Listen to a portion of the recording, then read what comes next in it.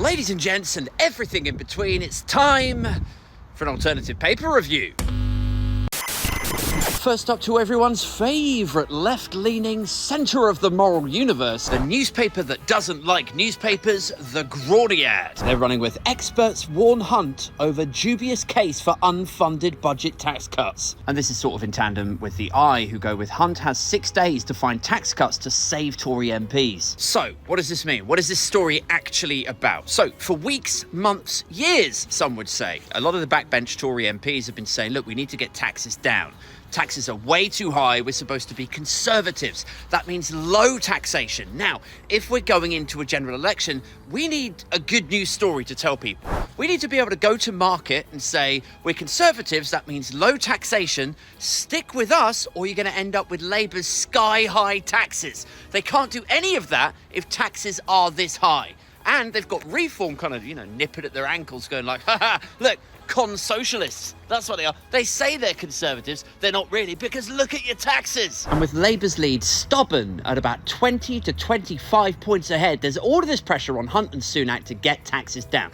Now, can you guess what the problem is? They haven't got any money. They've blown it all or borrowed more, and now all of the borrowed money, they've got to pay interest back on that. There's no money there for tax cuts. That's why they cancelled HS2. And that's why they said, oh yeah, we're going to allocate all of the funds. Like, don't worry, I know it sounds disappointing, but we're going to allocate all of the HS2 money to other infrastructure. That's why you're not hearing about any other infrastructure projects, because all of that money is being reallocated to debt. The only way they could afford to give us all a tax cut is if they slashed already threadbare, austerity-ravaged public services into non-existence. What is the election manifesto going to be like? Oh yeah, we're going to give you all a tax cut. Oh, how are you going to pay for that, Jeremy? We're going to, if you just look at point 2 here, we're going to close 40 hospitals. Amazing.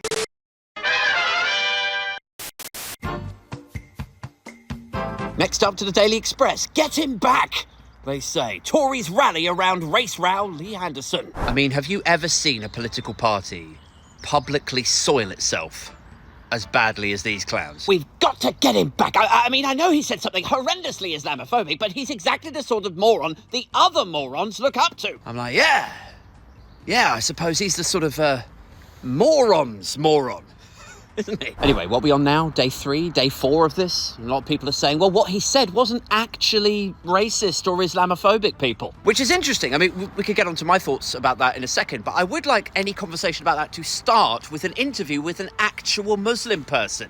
Like, if this was a conversation about misogyny in the Metropolitan Police, there were stories about women getting slammed into the lockers, denigrated on WhatsApp groups, threatened, demoted, reduced to crude comments about their appearance, would you expect the media to then go up to a bunch of, white, straight, male meatheads and be like, excuse me, sir, have you seen or heard of any misogyny around here? No, I haven't seen any. But for some reason, when it's Islamophobia, the people's opinions that we seek are whose? It's Nigel Farage, it's Isabel Oakeshott, it's Robert Jenrick. Anyway, trying to put out this fire, Rishi Sunak uses his own inspiring riches to riches story. He basically says, well, how can the Conservative Party, or indeed Britain, be racist when, look at me, I'm the proof that Britain isn't racist. Which is interesting to me because it's right and it's wrong. I mean, if you look at Sunak's backstory, he doesn't come from a supremely wealthy family, I found out. His dad was a pharmacist. I think his mum was a university lecturer. So fairly, relatively middle-class upbringing. Then he goes to a private school. Then he goes up to these red brick universities. He goes and works in the city. And he makes a couple of million. And then he marries a billionaire's daughter. So yeah, don't let anybody tell you that Britain is racist or institutionally set up to hold some people back. I mean, if you're a young, aspiring person of colour and you want to go on to great financial success, all you got to do is do what Rishi Sunak did.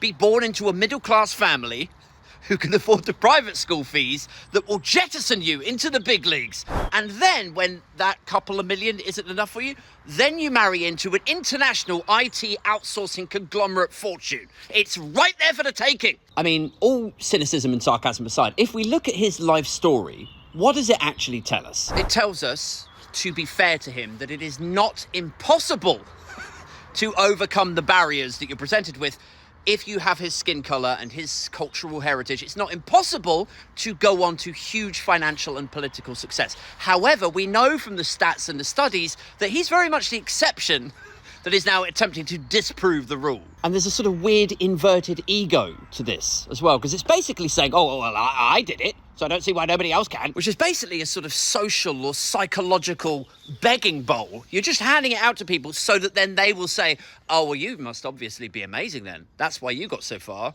because you're incredible. And you know what makes this more disgusting than just having fingers in your ears and pretending that there isn't a problem? Is that because Rishi Sunak is who he is, I don't personally believe he hasn't experienced racism. Probably from within the Conservative Party. So for him, more than anyone, to pretend that racism doesn't exist is either hugely cynical or light speed dumb.